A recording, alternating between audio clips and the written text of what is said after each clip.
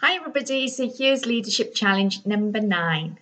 This challenge is about not only creating more time during the day for you to focus on other parts of your role, but it's also about building stronger relationships, not just with your team, but with all your internal customers. By internal customers, everybody that you work with, other managers, other teams and other departments, as well as obviously your own team members.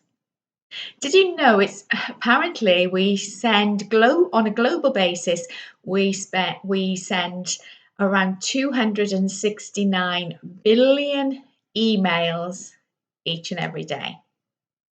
Now, we all rely on email to some extent on a day-to-day basis, but we also know that it can be one of the biggest factors that create our workload on a daily and a weekly basis.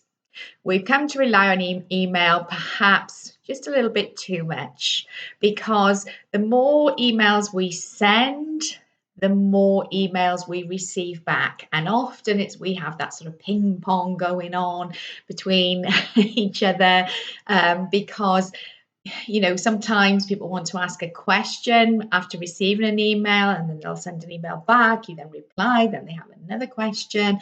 And before we know it, we've spent 20 minutes, half an hour communicating with that person, when picking up the phone or going and having a face-to-face conversation could have really got all those questions answered in one conversation and could have been done much, much quicker.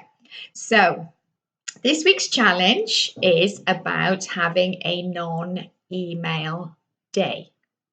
Now, let me just explain this in a bit more detail. It doesn't mean that you can't send any emails or read any emails in the day.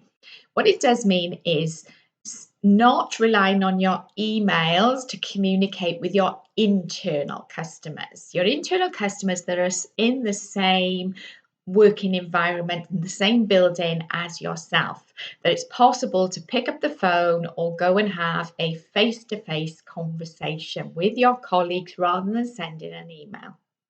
Now, I've worked in some companies where this has happened on a regular basis and it's worked really well. So if you're thinking, oh, I can't possibly do that, yes, you can. So it doesn't mean you can't communicate with your external customers via email, because of course that may be a big part of your job. But as a manager, I want you to choose a day, and okay, if you're still sort of shouting at the screen going, no, I can't do this for a day, then at least go for half a day and see what difference it makes to you. So you choose the day or choose the half a day where you only use your email for external customers. So whereas you would normally send an email reply back to a colleague or another manager, for example, I want you to pick up the phone or have a face-to-face conversation, because I always say you can't build really strong trust-based relationships with people over email. It needs to be verbal conversation, and ideally face-to-face, so people get to really not just hear the words, but they see you, they see the body language, they can put it all together, and they get a much better sense of who you are, but also get a much better sense of understanding of the information that you're giving to them.